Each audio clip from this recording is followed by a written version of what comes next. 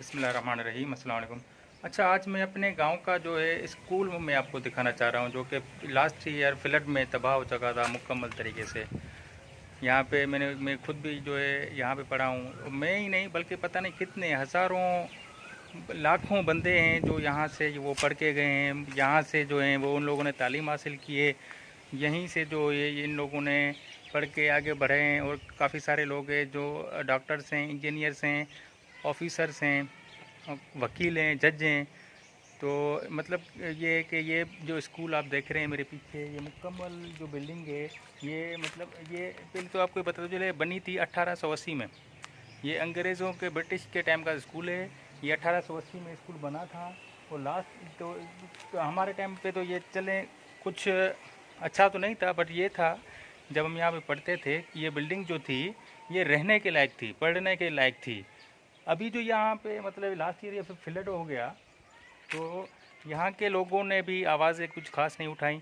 और यहाँ के टीचर्स ने, एक दो टीचर्स से उन लोगों ने कोशिश की कि हमारा जो स्कूल तबाह हो चुका है, हमारा जो फर्नीचर स्ट्रक्चर तबाह हो चुका है, हमारा जो सोलर सिस्टम वगैरह जो तबाह हो चुका है, वहाँ पे जो है वहाँ पे आप कुछ एक्शन लें। यहाँ के जो हेड टीचर वगैरह हैं, वो लोग उठे थे, उन लोगों ने आवाज़ वगैरह उठाई थी, उन लोगों ने एप्लीकेशंस वगैरह भी दी थी, लेकिन उनका कोई रद्द-ए-अमल नहीं दिखाई दे रहा। ये आप देख सकते हैं मेरे पीछे, ये मुकम्मल तौर से तबाह हो चुका है।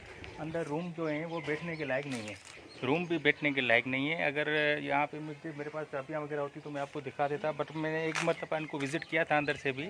ये अंदर से जो हैं जो मुकम्मल तौर से तबाह हो चुकी है। और जहाँ ये बैठने के लायक नहीं, जो स्टूडेंट्स हों यहाँ पे बैठ सकते हो। तो मतलब कहने का कि ये चीज़ें हैं जो हमारी बुनियादी सहूलत है एजुकेशन। तो एजुकेशन के हवाले से हमारे गांव में, हमारे यहाँ डिस्ट्रिक्ट में कोई भी चीज़ नहीं है। सिर्फ नाम की बातें हैं कि भाई कि ये डॉक्यूमेंट दिखाओ, हमने ये कर दिया, ये डॉक्यूमेंट में हमने ये कर दिया। एजुकेशन के हवाले से हमने कोई ख़ास कदम नहीं लिया है। तो मेरे ख़्याल से आपको ये देखना चाहिए, इसको विज़िट करना चाहिए, और इस वीडियो को भी शेयर वगैरह करें, ताकि ये हमारे अफसरान या एमपी एमएनए जो जितने भी बंदे हैं वो भी देख सकें कि ये वाकई जो स्कूल है, इस फर्नीचर है, मुकम्मल तौर से तबाह हो चुका है। सर अस्सलाम वालेकुम। सर तव्हां ॾिसो था तव्हांजे मतिलबु ॻोठ जो स्कूल आहे, मुकम्मल तौर सां जेको तबाह थी चुको आहे, हिन में का सहूलियत कान्हे। सहूलियत छा, जॾहिं स्कूल ई कोन्हे त सहूलियत वारी किथां हूंदी।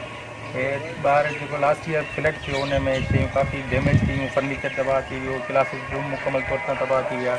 इन्हनि जे लाइ भला जेको तव्हां को पंहिंजे आला उहिदेदारनि ताईं, पंहिंजे आला ऑफिसरनि ताईं, एमपी एमएनए ताईं को मैसेज ॾियणु चाहींदो?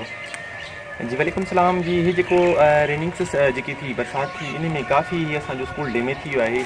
इन खां पहिरियां तव्हां ॾिसंदो न, जेके माना हिते गुल हूंदा, का भी प्लांटिंग होंगी, हिते मोटर भी लगल होंदो, लाइटिंग जो सिस्टम तमाम बेहतरीन होंदो, हर वक्त हिते लाइटिंग होंगी, प्लांट्स सॼा हूंदा हुआ, माली भी हुआ काफ़ी।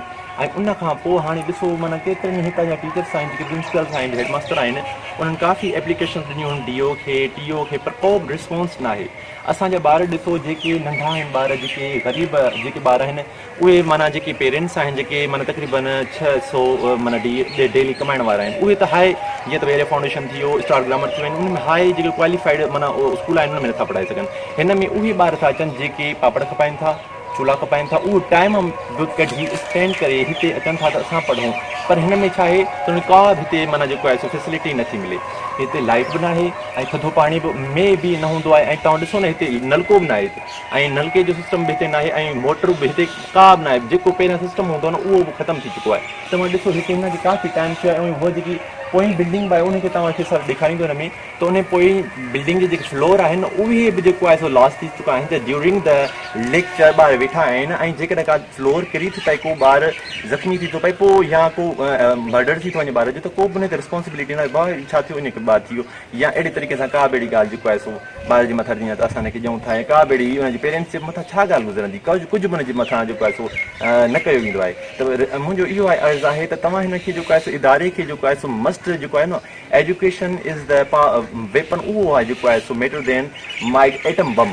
त जेको आहे सो फस्ट ऑफ ऑल माना जेको एजुकेशन आहे उहो अहिड़ो पावर आहे जंहिंसां असां हर शइ ते जेको आहे सो कमांड करे सघूं था। त एजुकेशन जो जेको असांजो स्कूल ई आहे बॉइज़ जेको आहे स्कूल आहे दलीपोटरा, पर हिन में ॿार जेको आहे सो बहितरीन तरह सां जेको आहे सो एजुकेशन हासिलु त कनि पिया। हितां जेके टीचर्स आहिनि वेल क्वालिफाइड आहिनि, पर हिननि खे का बि अहिड़ी फैसिलिटी न आहे। हिननि खे जेको आहे सो लाइटिंग जो सिस्टम हिते न आहे ऐं पाणी जो सिस्टम हिते न आहे। त जेकर ॿार जेकर तव्हां ॾिसो माना असेंबलीअ जो फ्लैग बि जेको आहे सो माना ॿार अहिड़े तरीक़े सां सुठी न आहे, माना असेंबली ग्राउंड बि सुठो न आहे। हिते जेको आहे सो ॿारनि खे माना मुख़्तलिफ़ माना फैसिलिटीज़ ॾिनी वञनि त जीअं ॿार ख़ुदि ही इंट्रस्ट वठनि त असां अचूं। ॿार अचनि था त को बि हिननि खे का बि फैसिलिटी न आहे, राउंड जी जेको आहे सो गेमिंग सिस्टम न आहे हिते। ऐं जेकॾहिं मिसाल ॿार अचनि त कीअं अचनि, ॿार पंहिंजो टाइम स्पेंड था करे अचनि। ऐं तव्हां ॾिसो हिते जेको आहे काफ़ी टाइम थियो आहे वधीक जेको आहे सो असांजो जेको आहे सो जेके आहिनि जुडिशरीज़ आहिनि, जेके मिसाल माना सुपरलेटिव अथॉरिटीज़ आहिनि, उन्हनि खे असांजी रिक्वेस्ट आहे त हिन खे ॾिसी ऐं हिन खे बहितरीनु जेको आहे सो मदद कराइनि ऐं जेके प्लान्स आहिनि उन्हनि खे ॾिठो वञे ऐं पाणी जेके काफ़ी शयूं आहिनि उन्हनि खे ॾिसनि।